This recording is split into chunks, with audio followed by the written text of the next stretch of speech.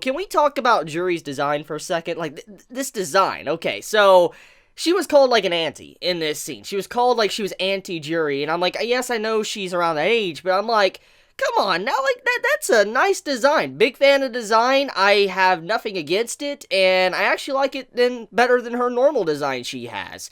So, yeah. Anyways, let's actually get into the conflict, or what this episode was kind of about. So, we have a world-building, info-dumping episode of Kokkoku, and so, if you're one of those individuals that, haven't really understood all that's been going on and all of that, then this episode kind of clears up a whole lot of information for you.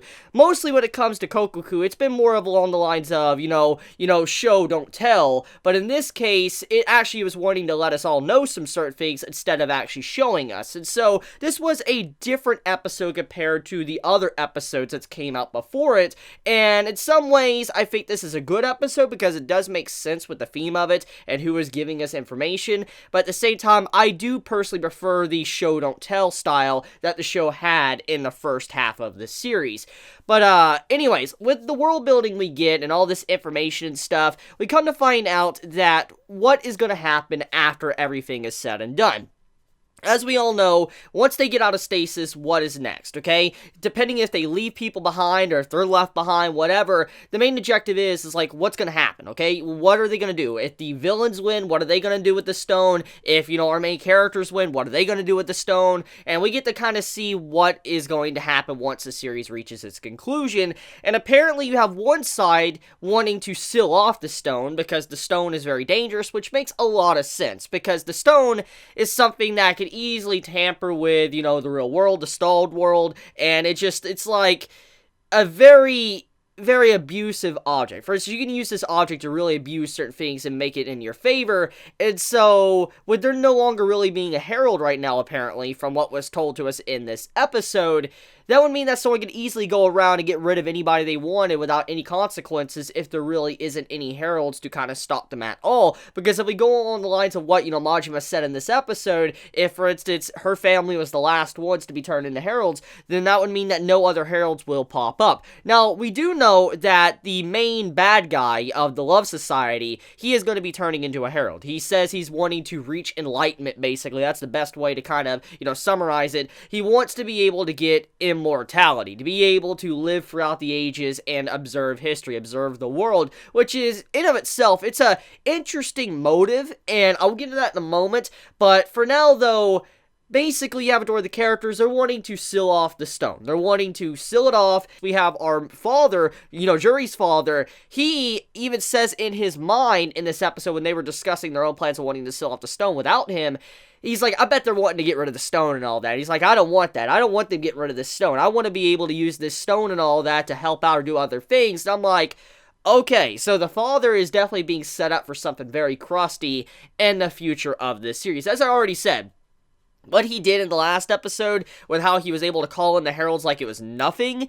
that is concerning. That doesn't just happen. So, him planning something like this behind the scenes, wanting to use the stone and all of that for his own benefit or use it in some ways, that does imply that he is definitely going to be doing something before the series ends. Will he turn into a villain?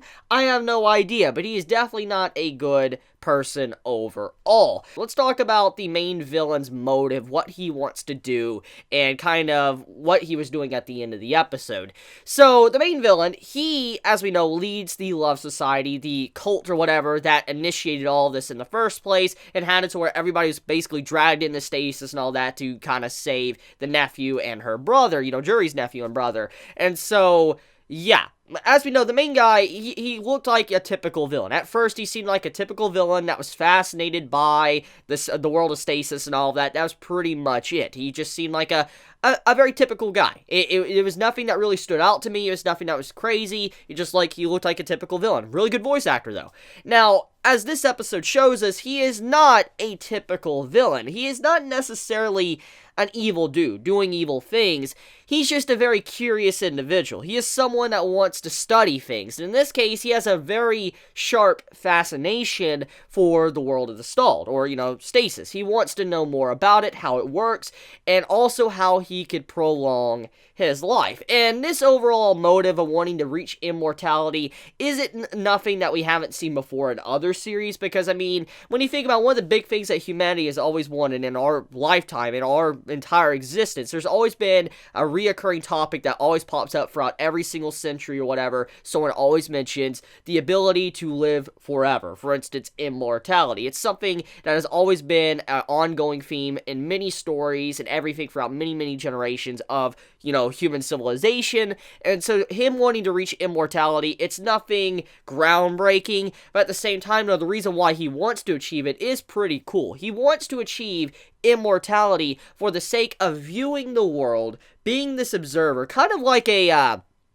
god, in a way. Like, it doesn't look like he wants to necessarily tamper with anything. He just wants to be this observer that watches things, studies things, and that's basically it. He just wants to go through his life of immortality, just watching how the world turns out. And the reason why he knows that there is a possibility of this is thanks to the information he got from their, gospel, their book. Now, as we know, the Love Society, the cult, and all that, they have this own book that they follow with their own scriptures and stuff, and apparently this book, when they dated the book and all that, they were actually checking the date of it, how old it was. Apparently, the first page of the book was written in the 1300s, and then the final page of the book was written in the 1900s. So yeah, that's a big time gap right there between the first and last page. Now, I know many of you are going to be saying, whoa, Chibi, but I mean, it doesn't matter.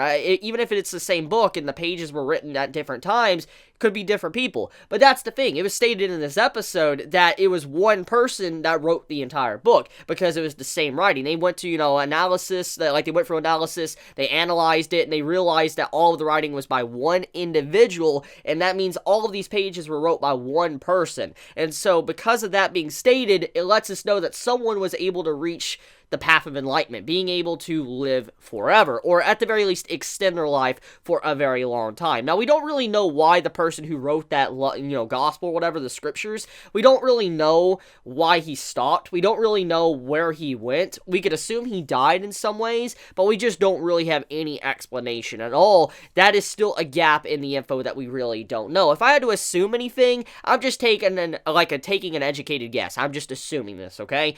I'm assuming that the person that had immortality is definitely related to our main characters, family-wise, probably blood-related in some way, and eventually, after studying and researching things for so long, he was probably just done. He was probably just done with researching, he didn't need to do it anymore, or maybe he had an epiphany and he realized something, and he just stopped completely, and so he decided to just put the stone aside, the Master Stone, and that was basically it, and maybe that's how, Juri's family got a hold of it, something like that. That's my personal opinion on probably what's going on here and why the dude somehow just disappeared.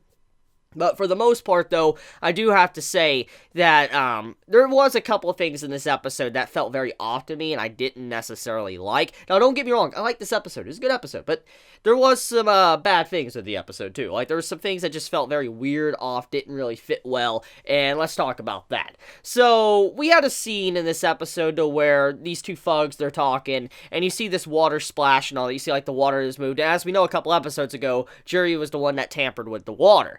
And we see how they are able to find the Master Stone at the, middle portion of this episode. And I'm thinking to myself, really? Okay, yes, I know that the water was splashed. It's obvious someone splashed the water. But even then, to know that in the tree there was the Master Stone there, I'm just that's very, that's too easy. That felt like that was just there to cause, some random conflict. I mean, it's not random, because, they need the Master Stone. I'm just saying, the way the man was able to find the Master Stone like that, I'm just that, no, that's not gonna happen. That's too much of a coincidence to have something like that done. That's just my personal opinion. We also have another scene towards the beginning, which is a good scene and a bad scene at the exact same time. At the start of the episode, you see Majima's family, and you get to see her brother, you get to see her mother and father, and this is at the time of when she was born, the first time she came into this world. And in this entire moment, it was meant to kind of show the connection, the bonds they had with, Majima before Majima lost him. That's pretty much what that scene was is trying to show. And so when we get into the present time in the world of the stalled, and you see her holding her family and all of that, and you see how she's next to her brother, the scene is supposed to hold emotional weight. And in a way, I did feel sorry for, Majima. I did. But there was a quick little scene when the brother started gasping for air and all that. You see how he started to move. Majima, her face was not a face of, like, worry, not a face of complete and utter shock. She just, like, had a deadpan face. Like, she's, like deadpan. And I'm like, what? Like, this is your brother moving, and you're acting like this? Like, her emotions? I mean, she did end up crying. Yes, I know she did. But, I mean, right before that scene happened, you could see that her face was just mildly shocked. Like, she wasn't, concerned at all. It's like it didn't even faze her. And I'm like, wouldn't you be more shocked if you saw your brother just start moving like that when you thought he was dead? It's just like, what? Now, that's just my personal opinion there. I believe it might have came down to maybe art and animation direction of this episode that probably caused that, because this episode was lacking in some ways when it came to the art and animation, but it was nothing too bad. So, I think I'm going to end it there. Let me know your thoughts. I mean, how do you all feel about this episode? How do you feel about the main villain wanting to turn into a herald to extend his life? How do you feel about everything that's going on with, the heralds no longer possibly being around? I mean, let me know your honest thoughts in the comments below, and I love you guys. You have a wonderful day or night wherever you live. Please be safe. Chibi out.